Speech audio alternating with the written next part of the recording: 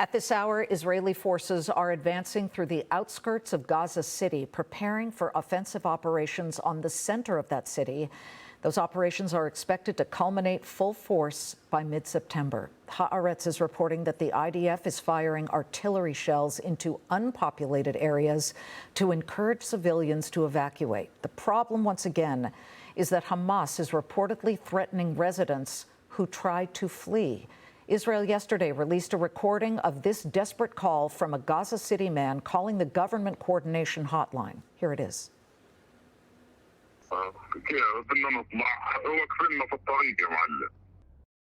جماعة حماس؟ جماعة حماس. شو بيحكوا يعني؟ لك هو هذا فيش خلاه يعني يرجعوا الناس بطشهم. الناس خايفة تنزل ولا كيف؟ والله خايفين.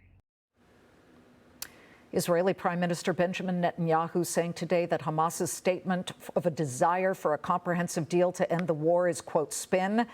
But he is under increasing pressure, not only from international detractors, but from the families of the 20 Israeli hostages believed to still be alive in the dark torture tunnels controlled by Hamas. Those hostages have been fighting for survival for the last 699 days.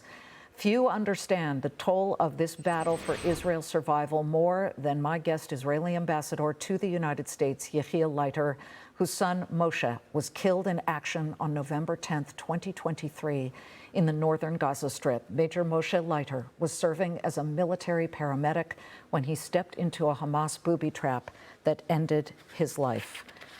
Ambassador, our sympathies. I know it's been a year or two, but the pain never stops. We understand that.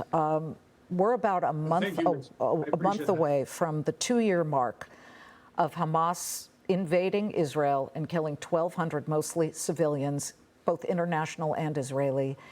And yet we are still in the middle of watching this war. What is it going to take to end it? Well, it might take a few more viewings of that recording that you showed just a moment ago of a Gazan resident appealing for help because Hamas is not even allowing them to leave a war zone. It's time for everybody to pause and realize something that the president of Germany said just a few weeks ago. Israel's doing the dirty work for the world. Hamas is a proxy of Iran, is a ghoulish organization that not only kills Jews, but kills its own people. And it's about time that we all wake up to the fact that what Israel is doing is something the world needs. If, God forbid, Hamas is allowed to stand, we're going to have a rash of terrorism in other places, in the Middle East and around the world. This is a Muslim Brotherhood organization. The Muslim Brotherhood has many hybrid organizations. It's like a hydra. And if Hamas is allowed to stand, then other places in the world are going to suffer from that Muslim extremist terrorism. So it is imperative that we complete this war. They're now at their last stand in Gaza City. We've lost, along with my son, who, by the way, was an MD, not a paramedic. He was a special ops commander and led the forces into Gaza at the beginning of the war as an MD. But we've lost 900 soldiers.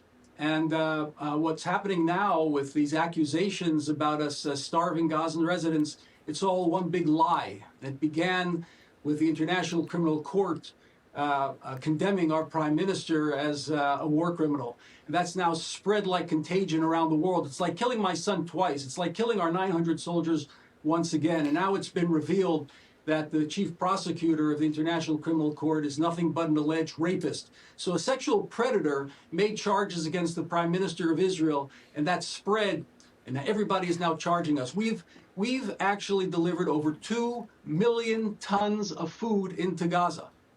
We don't have a war with the Gaza people. We have a war with Hamas. We're going to survive this rape of our reputation. We're going to survive this war, and we're going to defeat Hamas. Hamas will not remain standing in Gaza, period. Okay, well, there is a lot of misinformation out there. There have been proven cases where Gazans or Hamas said that people were starving, and there were whole backstories to that that had very little, if anything, to do with It's proven actually that they made it up. Okay, but Pope Leo has just met with Israel's president, Isaac Herzog, and said that something's got to be done. Obviously, the Pope is very concerned, and he has an incredibly loud voice. It feels like Israel needs to drive home the point about the necessity for this war. And yet, how can Israel be expected to do anything if Hamas will not give up these 20 hostages? Is it fair to say, Ambassador, that if they did, this war would stop? There's 5 points for this war to end. Number one, all the hostages have to be released. Number two, Hamas has to be disarmed. Otherwise, we're going back to October 6th when the entire country was held hostage. So number one, hostages released. Number two, Hamas is disarmed. Number three, Gaza becomes completely demilitarized. Number four, Israel retains complete responsibility for ultimate security in Gaza. And number five, Gaza is administered by a different type of administration or management, so it never again falls to Hamas or any other jihadis. We are never again going to live with jihadis on any one of our borders, including Gaza. Okay. I understand that. However, those 5 points together, you know that Hamas will not agree to at least a couple of those, especially the part that says Israel's got to be in control. Would you not relinquish the control to an international body of Arab nations, perhaps the Saudis and maybe the Jordanians? Well, that's exactly what I meant by the fifth point. An international agency that will not be Hamas, that will ensure that Hamas or anything like Hamas, any jihadi Muslim Brotherhood fanatics will never once again reconstitute in Gaza. That's the kind of administration we want to see there. We don't want to occupy Gaza.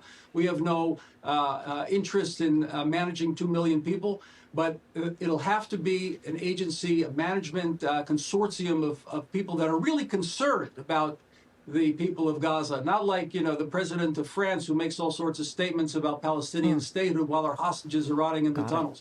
Talking about people really concerned about the humanitarian needs of the people of Gaza and will manage them properly. Ambassador Yechiel Leiter, thank you, and we appreciate you coming on. We'll be following this story very closely. Thank you. Thank you, Liz.